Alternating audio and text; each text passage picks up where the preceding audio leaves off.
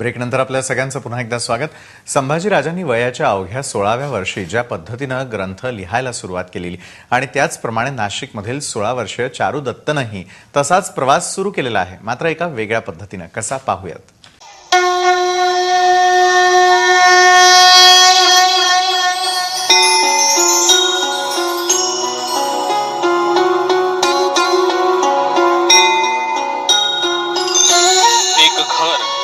अभंग राहतात, एक घर जिथे वेद सर्वत्र दिसतात, एक घर जिथे ज्ञानोबा तुकोबांच्या ओव्या राहतात, एक घर जिथे अभंगांच्या भिंती आहेत, एक घर जिथे ओव्यांचं छत आहे.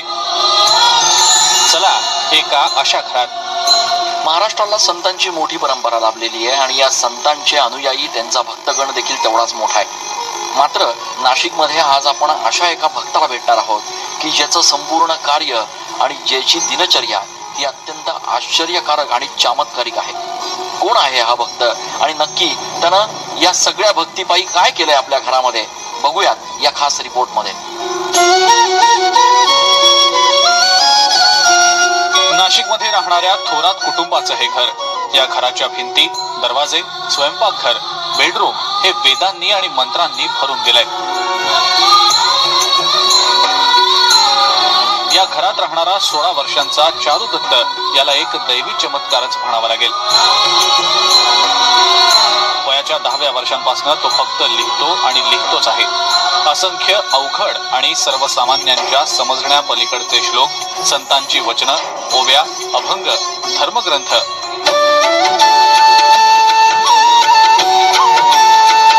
चारू दत्तच्या घरात पाऊल ठेवल्यानंतर घरातला एकही कोपरा, एकही जागा अशी नाही ज्या ठिकाणी त्यानं हे लिखाण केलेलं नाही.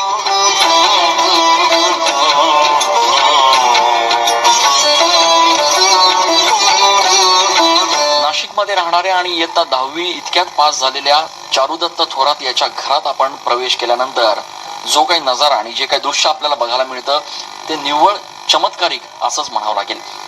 चारुदत्त खरं तर 10वी आता पास झालेला आहे आणि त्यांनी 11वी मध्ये प्रवेश घेतलेला आहे. मात्र त्यांचं संपूर्ण घर हे जणू एखाद्या वेदाचं भांडारच झालंय, असं परिस्थिती आणि असं चित्र या घरामध्ये आल्यानंतर बघायला मिळतं.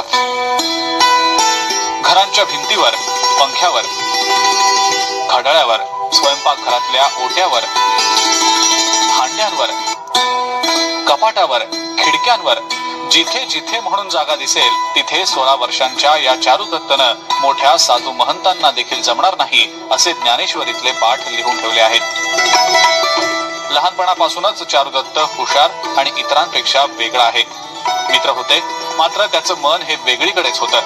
त्याला लहानपणापासूनच अभंग, कीर्तन, देवासंतांच्या गोष्टी ऐकायला आवडत असत. मात्र जसा जसा चारू दत्त मोठा होत होता तसतसा त्याच्यातल्या प्रगल्भतेचा अनुभव घरच्या लोकांना येत गेला. ज्या वयात मुलं कॉलेजच्या कट्ट्यावर बसून मजा करत असतात त्याच वयात चारू दत्त वेगवेगळ्या विषयांवरचे धर्मग्रंथ लिहितो आहे.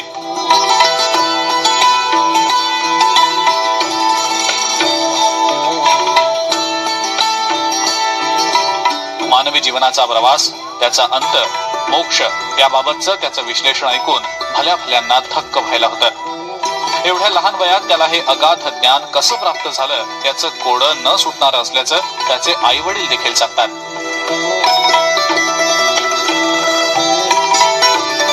आमच्या पोटी आम्ही असं काय पुण्य केलं होतं की आमच्या पोटी असा मुलगा जन्माला आला. आम्ही तर त्याला अगदी म्हणजे त्याची सेवा नाही तर ही साक्षात विष्णूची, देवाची सेवा आहे. त्याचा अगदी म्हणजे खाण्यापासून तर अगदी म्हणजे अगदी छोट्या छोट्या गोष्टी सुद्धा म्हणजे एका कृष्णाच्या जशा खोळी होत्या तशा त्या, जसं यशोदा मैयाला कृष्णाची जसं म्हणजे अनुभव आलेला आहे तसा मला येतो. चारू दत्ताचं लिखाण हे गेल्या 2 ते 3 वर्षापासून या ठिकाणी घरात चालू आहे. त्याचा अभ्यास पाहता हे संतांप्रमाणे त्याचं हे लिखाण झाले. त्याचं कोणत्याही प्रकारचा ग्रंथ न वाचता आणि कोणत्या प्रकारचा संस्कृत या विषयाचा अभ्यास नसताना त्याने जे लिखाण केलेलं आहे ते वेदांमध्ये, ब्रह्मवेद, जीवनवेद या प्रकारच्या वेदांमध्ये त्याचं लिखाण होत आहे आणि सातत्याने चालू आहे. चारू दत्तच्या आईवडिलांचे अनुभव थक्क करून टाकणारे आहेत. एकदा समाधी अवस्थेत लिहिण्यासाठी बसलेला चारुदत्त तब्बल 12 ते 15 तास सलग लिहितच असतो. अनेकदा मध्यरात्री बंगाली, कन्नड तसंच इतर भाषांमध्ये अस्खलित संतांच्या ओव्याही म्हणतो. अनेकदा तर मध्यरात्री उठून लिखाणही करतो. विशेष म्हणजे एवढं सारं लेखन करून देखील चारुदत्तला 10वीत 80% मार्क्स मिळाले आहेत. धर्म, ज्ञान, मुक्ती, स्वर्ग, नरक, मोह या आणि अशा अनेक विषयांवर चारुदत्त धर्मशास्त्राला आधारभूत असे संदर्भ देत त्याचं विवेचन करतो. चारुदत्तचे आषाढी वारीबाबत तसंच नाशिकमध्ये होणाऱ्या सिंहस्थाबाबत सडेतोड विचार ऐकून कोणी महात्मा किंवा मोठा संत आपल्याशी बोलत तर नाही ना असा भास आपल्याला होईल. लोकांनी लोकांसाठी करा अशी एक भूमिका आहे आणि योग्य काळी हे सर्वत्र प्रस्थापित होईल. आता आपण आज समाजात पाहतो, समाजात संगत बिघडते, समाजात लोक वाईट मार्गाने जातात. का? कारण की याला मूळ ज्ञान नाही, संस्कार नसतील तर काही नसेल. विज्ञान आहे परंतु विज्ञानामध्ये अज्ञानता नाही पाहिजे. विज्ञान असेल परंतु त्यामध्ये संस्कार ही सर्वात मोठी बाब आहे. गेल्या काही दिवसांपासून चारुदत्तची ही प्रगल्भता पाहून घरचेच नाही तर परिसरातले लोकही थक्क झालेत. चारुदत्तच्या या वर्तनाबाबत वेदशास्त्राच्या अभ्यासकांना हे एक वेगळंच रसायन असल्याचं वाटतंय. नाशिकचे प्रसिद्ध वेदाभ्यासक आणि धर्माला शास्त्राची जोड देण्यात ख्याती असलेले विश्वासराव साक्रीकर यांनी या सगळ्याचं विश्लेषण केलंय. हे जो तो मुलगा लिहितो आहे हे मनाने लिहित नाहीये, हा कॉन्शियस कॉस्मिकने लिहितो आहे. आणि तो जे अभंग लिहितो, जे काय त्याला सुचतं, ब्रह्मांडाच्या विविध यंत्र लिहितो, आकृत्या काढतो, हे सगळंच्या सगळं कॉस्मिक कॉन्शियसशी संबंधित असलेली गोष्ट आहे. आणि कॉस्मिक कॉन्शियस जो आहे हा प्रकाशाच्या वेगाने कुठेही जाऊ शकतो असं आपण म्हणू शकू.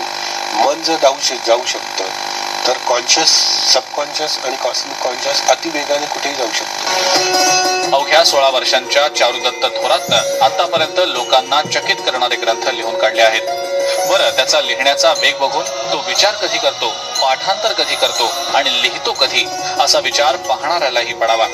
चारुदत्तनं आतापर्यंत सकलामृत ग्रंथ, सुमनामृत ग्रंथ, अशोकामृत ग्रंथ, जीवनवेद ग्रंथ, व्यथा ग्रंथ, चिंतन ग्रंथ, ब्रह्मवेद ग्रंथ, दत्तात्रय ग्रंथ आदी ग्रंथ लिहून काढले आहेत. तर सद्गुरु चक्र, शतसुख चक्र, अज्ञानम चक्र, तुलाश्रम चक्र, कर्मयोग चक्र अशा चक्रांची निर्मिती केली आहे. त्यामुळे चारुदत्तच्या या सगळ्या गोष्टींना चमत्कार म्हणावा का असा प्रश्न पडल्याशिवाय राहत नाही.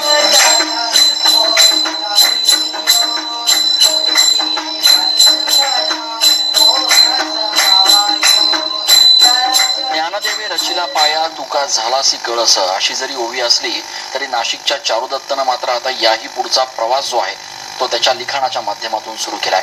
चारुदत्ताचं संपूर्ण घर म्हणजे ज्ञानाचं एक मोठं भंडार झालंय. या क्षेत्रातल्या तज्ज्ञांनी आता या सगळ्या गोष्टींचा नीट अभ्यास करून समाजाला याच्यामधनं काय बोध देता येईल त्याबाबत प्रयत्न करण्याची गरज आहे. नाशिकहून कॅमेरा पर्सन आकाश येवलेसह मी चंदन पूजाधिकारी, TV9. तर आमचा स्पेशल रिपोर्ट पाहिल्यानंतर आपल्याही लक्षात आलेलं असेल की चारू आकाशा एवढा हा या आम्ही कार्यक्रमाला नाव देण्यामागचं खरं कारण काय, त्याच्याशी देखील बातचीत करणार आहोत. त्याचबरोबर मुकुंद जे आपल्या बरोबर देखील बातचीत करणार आहोत एका छोट्याशा ब्रेक नंतर.